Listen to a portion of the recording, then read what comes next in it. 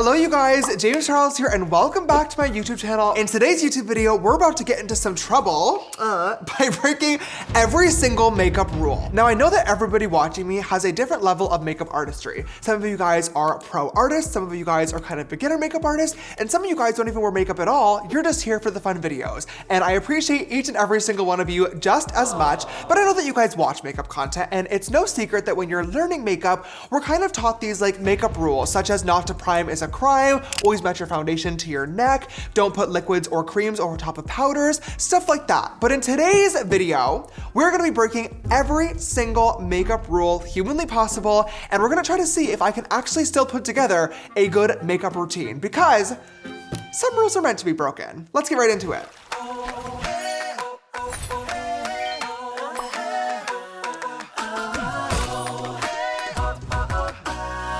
All right, you guys, I'm a little bit nervous for today's video. Growing up, I was always the kid who followed the rules and followed the directions in school, so I don't really know how I feel about breaking these rules today, but at the end of the day, makeup obviously has no rules, and we're gonna make this as fun as possible and cross our fingers that we get a good look by the end of this. So if you're excited for today's video, please make sure to give it a big thumbs up down below. Of course, hit that subscribe button so you can join the family, and let's get right into this. So I posted on my Instagram story asking you guys what rules that you've heard while learning makeup that should never be broken, and I picked a ton of my favorites for every single step of the routine, so let's just jump right into it. So the first rule of makeup that was submitted to my DMs that we will definitely be breaking today and every other day is that boys shouldn't wear makeup.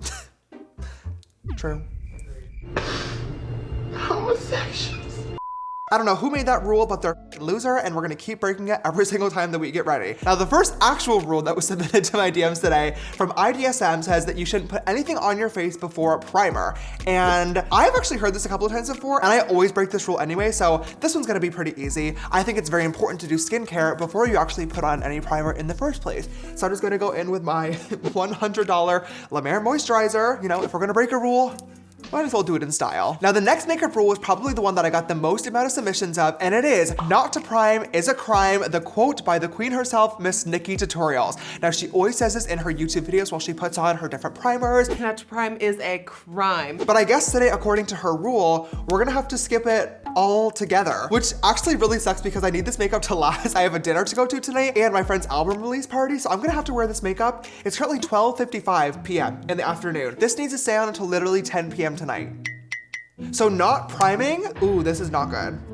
This is really not good. We're off to a bad start. The next makeup rule, and honestly, I feel partially responsible for this one, is that foundation always has to come first. And we're about to break that right now by starting off with my eyebrows. Now, you guys know I don't really love doing this, but I feel like every other makeup artist on planet Earth, except for me, does. So I'm gonna go to my Pink Honey Brow Soap, and we're just going to, you know, be an actual professional makeup artist for the day. And we're gonna do the brows first, and we'll get to foundation a little bit later on. I feel so rebellious, oh my God. All jokes aside, this really is not that deep. A ton of makeup artists love doing this. I've even done my brows first several times in videos and when just doing my makeup. It's definitely not my favorite routine. Like, I do stand behind the fact that I prefer foundation first. I just feel like it's a lot easier for myself personally, but you can make it work. Like, makeup can be done in any order. Look at how gorgeous and cunty that brow is. Why does that one not look like that? The whole point of fucking doing this is so your eyebrows look symmetrical before you even get started on the rest of your face. And they don't, so, I mean, that's my fault. This one's eating. She's gorgeous. She's hungry. She's a hungry girl and she keeps eating. I think you're saying the trendy gay phrase, she's eating, wrong. What? I'm so sorry. What is this accusation that's being bust? If she ate, she's not hungry. Yeah, she's not. She was hungry, therefore she's eating. So she ate. You can say either. No. Even when she started eating, she was still so hungry because she kept eating. I don't know how she was able to zip up this Versace dress because this bitch ate. Oh, see, now we're getting in. That makes sense. Now that makes sense. Oh. That makes total sense. Okay, so now that the brows are on, it is time for foundation, which, once again, I just don't understand. That took me literally like 30 minutes. 30 minutes for this, when normally my brows take me 4 minutes max if I'm having a bad day. Anyway, moving on to foundation. Before I even squirt any on my actual face, there's one rule that I have in regards to a beauty sponge, and that is you should always wet your beauty blender, which personally I agree with. Who wants to be shoving a dry beauty sponge on your face? But I know a lot of y'all bitches don't wet this. Or clean it, which is nasty. Oh, you nasty. I'm going to follow in your footsteps today, and we're gonna use a brand new Painted by James Charles beauty sponge launching soon, and we're just gonna keep it nice and dry. Luckily, my dry beauty sponge is literally the same size as like a regular beauty blender when wet, so I think this will still work, but let's just get into it. Ooh. One of the rules that I definitely got a lot was make sure your foundation matches. That is not one that I'm going to be breaking today. Sorry about that. Just using a dry sponge, and we're just gonna put this on like normal. And also another comment that I got too from Paloma was always bring the foundation down to your neck, which yes, you definitely should do. But if you get a good enough match, which honestly it looks like I did today, thank God, you can of course skip that. The whole point of bringing makeup down to your neck is so you make sure that everything kind of matches, because a lot of us, myself included, tend to have a little bit more of like a red face and then a tan neck or a lighter neck than the rest of your body. Something that I have been caught on red carpets with several times. So I definitely always blend it down there. But if you do get a good enough match, you can skip that step. So our next step, of course, we have concealer. And this next rule really pains me to break, but we're going to, and that is you should always use a lighter concealer. Now, for me, I do, because I love a very high contrast face. I like a kind of intense contour, a bright concealer, just to kind of like re-sculpt everything and look really beautiful in photos. But for today, I guess I will use a concealer that is very close to my skin tone for the sake of the rule. I'm gonna use the Shape Tape Light Medium Beige. It looks lighter on camera just because it's a wet liquid, but I promise in person, this is like the exact same color as there you go, you guys can see. This is like a very similar color to my foundation. Like I was saying earlier, I personally like to follow the lighter concealer rule when it comes to makeup because everybody has a different use for their concealer. Personally, I like to use mine as a brightener, whereas a lot of people like to use concealer as a cover-up type of product. Now, if you are dealing with acne or a breakout, using a concealer that is similar to your skin tone is definitely the right way to go about doing it, because if you use, a lighter color, it's gonna bring focus and attention to that area, which you don't want. For me personally, I don't deal with breakouts that often anymore. Thank literal God, it is such a blessing. So I like to use a lighter concealer to kind of brighten the center of my face and draw attention to that. So unfortunately, we're not gonna have that today, but I still think this is looking pretty good. The next makeup rule says you should be subtle with your contour, which I definitely do agree with. I've definitely had some situations where I've gotten photographed with some crazy contour. Sometimes, this beauty lighting can be a little deceiving when you walk outside and you have the natural sunlight. Oof, they did not look the same. So I definitely have learned how to be more soft and subtle with the contour. But if I'm breaking that rule today, that means I do need to do a crazy contour. So that's great. Let's go right in. With the brows, the coverage of this foundation and this contour, it literally looks like I'm getting ready for drag, which is not a bad thing. Love it, but not exactly the look I was planning for today. I'll get ready for my performance at Hamburger Mary's later on. I'm kind of into the dry beauty blender. Like honestly, it's doing a good job. It's looking good. I feel like this looks really, really good. Let's go ahead and set this all in place. And for powder, I do have yet another rule that we need to break. And that is, I can't actually believe how many times this was submitted to me. I was actually shocked reading it. You must bake your face in order for your makeup to last all day long. Bitch, when I read that, I feel like we were being teleported back to 2016. I don't know if y'all are just like on a train that already left the station long ago, but in case y'all missed the memo, baking is no more. We're not doing that anymore. That's not the vibe. I don't like baking anymore. I don't need to bake, so we're just gonna go ahead and set our face just like normal. That's gorgeous for me. Here we go. So baking and setting are two different things. So normally when you set, you just go in and obviously use a powder to set your liquids or creams in place. But baking is then when you go in with more powder later on top of that, and you leave the powder on specific areas to help brighten and lock them in for longer. And see, my brows, look at this now. Now that, because the brows were first, now they look all ashy and gray because the powder got on top of them.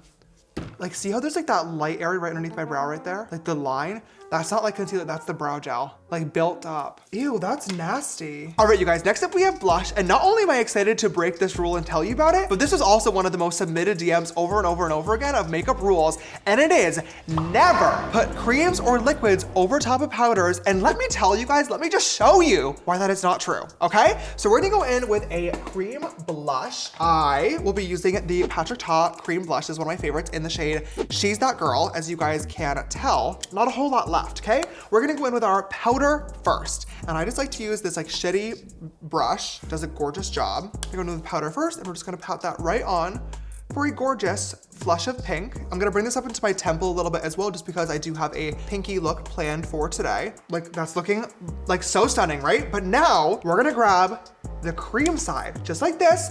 And I'm gonna grab my little cream blush brush, okay? It's a Morphe X Ariel. And I'm just gonna dip in just like this and be able to grab whatever is left in this fucking thing. And I'm gonna go very gently right over top of where I just placed that powder blush, kind of focusing it on my cheekbone as well. I am going light-handed because I definitely don't want to disrupt any of the foundation or products underneath, but as you guys can see, look at that. Oh, it applies a little bit more coverage to the color, but because it's a cream on top of a powder, it also gives you that super slight like dewiness or reflectiveness from the liquid formula. Oh, it just looks so good. You guys know I don't really do highlighter that much anymore, but if you see me glowing in photos or on a red carpet, I can guarantee you it is by using this technique. It just looks so beautiful. It looks so much more natural than like a glittery, chunky, gross highlighter. I'm obsessed with doing this. It looks so beautiful on everybody. Would highly recommend. One of the other makeup rules that I saw all the time was that you should only use setting spray at the end of your makeup routine,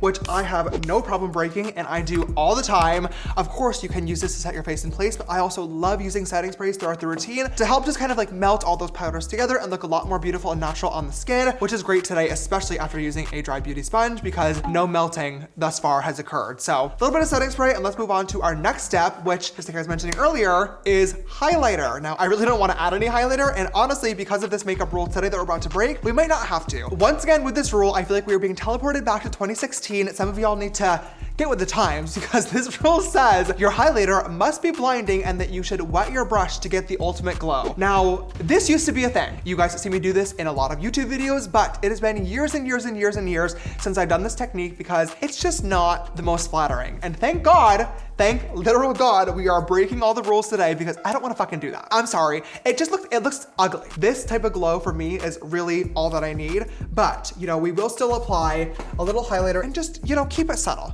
That's fine. Just gonna grab my Anastasia X Amrezi highlighter, an ancient artifact, and we're just gonna go in very, very lightly, okay? A little bit on the chin, a little bit above the brow bone. I'm gonna be really careful to not add too much to this area because that brow gel is looking a little crusty in texture. And then I'll just do the very tippy tip of my nose and the center of the bridge as well. Very light, not going too crazy, just a little radiance. That's looking beautiful. Let's move on, finally, to eyeshadow. Forget going back to 2016 for makeup techniques. This must have literally been written in like 1854 because I don't know who the fuck's brain was this delusional to actually type these words out and put it on my DMs, because this rule said, don't overdo your eyes during the daytime. Huh? It's giving, this was written by the founding fathers before women's suffrage, because what the fuck is this? Absolutely not. Let's break a rule. So I posted this photo on my Instagram a couple of weeks ago. It's like this beautiful red graphic liner look. I actually used my paints that are launching soon in the look, and I got so many DMs and so many comments from you guys asking how the heck I did it. So I thought in today's video, I would do it again, but put a different twist on it. And by the way, just wanted to give credit where credit is due. The original look was done by It's Beauty by Britt. She's so talented, and I have a fun kind of idea to reinterpret this look today. Before we even dip into an eyeshadow brush today, we have one rule that we already need to break. This suggestion is a slay, I fear. It's from Cole Gordon, and he says, the rule is to never use my painted eye paints. I guess we're gonna have to break it today. So naughty. Honestly, y'all are marketing icons and I live for it. Thank you for doing this. So we are going to go in with one of my eye paints. This is the yellow shade in the shade Caution. And I'm going to use this as a little bit of an eye base because you guys know yellow eyeshadow is not exactly the most pigmented color that they have on the market. And I want it to be bright and vivid. So we are going to just go in with a little bit on the back of my hand and a big fluffy brush. And we're just gonna use this as a little bit of a base and make my eyes yellow today. So, okay, we're just gonna go right in on the inner corner with the yellow paint.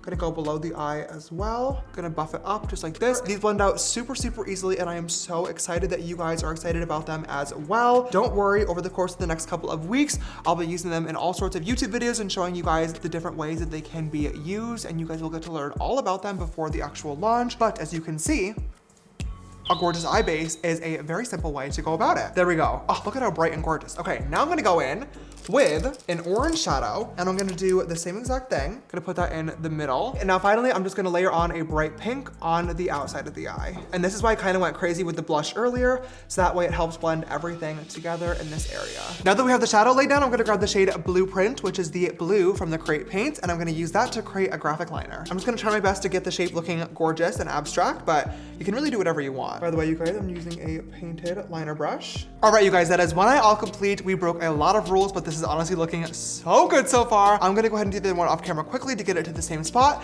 and then we'll continue with the rest of the routine. Be right back. All right, we are back and both eyes are all complete. I'm actually really liking how this look is turning out so far. It's very cute. We have one more rule to break before we move on to the lashes and the rest of the look, and that is in regards to eyeliner. Now, I've never heard this before, but a lot of people actually submitted this, and I was reading a couple of articles online as well. People seem to think that you shouldn't use eyeliner in your waterline because it can cause an infection. I don't know if that's necessarily true. You guys know that I use eyeliner in my waterline all the time. Maybe they're talking about like a liquid eyeliner. Like you shouldn't use like felt tip in your waterline. I don't know if that will cause an infection, but it will definitely cause a problem. That's for sure. But we're gonna break the rule today. And I'm gonna use a little bit more of that blue Create paint that I used as a liner. And I'm gonna put it in my waterline because one, they are eye safe, and two, it's gonna look cute. Okay, here we go. Ah! Ah! It's an infection. Probably not very good marketing actually to make that joke. Oh, the prettiest shade of blue. Now it's time to move on to mascara. Now when it comes to mascara, just like the rest of makeup, there are no rules of course, but I do feel like there's quite a lot of suggestions. I didn't even know this was a rule until I read your responses this morning. So I'm a little bit scared at how often and how frequently I actually break this. And that is that you should never curl your eyelashes again after applying mascara because your eyelashes can break off. What? Literally, what the fuck? How have I never heard this before? Swear to God, I do this almost every single time that I get ready. I've never broken an eyelash, but now I'm scared to. Like, hello? I didn't even realize that was a thing. I'm glad that you guys are not following that rule because I want you to keep your, beautiful lashes, but not like, hello? You can rip your eyelashes out? Oh my God, here goes nothing. I do this because I feel like sometimes when you apply your mascara, the curl is like not as strong anymore. And I feel like by curling it again, you get a better reinforced lift to the lash. Now, sometimes, mind you, if the mascara is sticky, it does stick to the, lash curler like it is right now, which is not the most comfortable thing. Oh my God, I did rip out a lash. Make a wish. I wish that all of you get to keep your lashes. We are pretty much done with the makeup routine today. As you guys can see, we are only missing one last and final step, which of course is the lips. Now, this category I am a little bit scared for because the rule is one that I actually like to follow. The rule is that you have to choose between a bold eye or a bold lip, and you shouldn't do them both at the same time. The reason why a lot of people follow this rule is because by choosing either a crazy eye or a crazy lip, it gives somebody else kind of like a direction of where to look on your face. And a lot of times you kind of want to direct it to the eye. But of course, if you do a simple eye, you can always amp a look up by doing a bold lip color. When you do both, it can be a little bit crazy. Now, mind you, I've done hundreds of makeup looks of both crazy eyes and crazy lips, and I love them. So this is not gonna be a hard rule for me to break. And in fact, I think to really take this look up a notch, let's go ahead and do a blue lip. Why not? God, I feel like this is a commercial for my brand at this point. This was not even the intention of today's video, but I'm gonna use a little bit more of that blueprint paint to put on the lips today. The blue paint can be used as the lip color. However, I don't know if I would recommend because it makes your teeth look yellow in comparison. So that's called honest marketing right there. It worked though. All right, and on that note, we have one last and final step of this makeup routine today. And of course that is to set it all in place. And there's only one rule for setting spray, which I honestly found very funny. And that rule is when you apply your setting spray, you should only do a very light spritz. Now, bitch, you've seen the end of my YouTube videos. Let's be for real, okay? I drowned myself. Now in my brain, the more setting spray you use, the longer the makeup look's gonna last. Now, is that correct scientifically? I actually don't know. I have no idea, but in my head, I like to think it is.